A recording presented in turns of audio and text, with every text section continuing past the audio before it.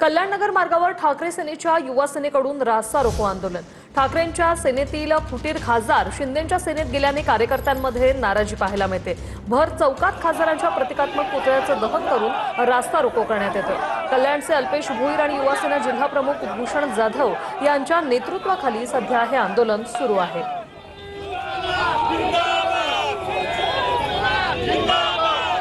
ठाकरे गटातून शिंदे गटात गेलेल्या ठाकरे गटाच्या 6 खासदारांच्या विरोधात आता ठाकरे गटाकडून निषेध व्यक्त केला जात आहे। मी सध्या उभा आहे कल्याण नगर मार्गावरती आणि आपण पाहू शकता गोविलीचं ठिकाण आहे आणि या ठिकाणी आपण पाहू शकता ठाकरे गटाच्या कार्यकर्त्यांनी या ठिकाणी कुठेतरी आपल्या पक्षातून शिंदे गटात प्रवेश केलेल्या 6 खासदारांच्या विरोधात या ठिकाणी यलगार उभारला आहे।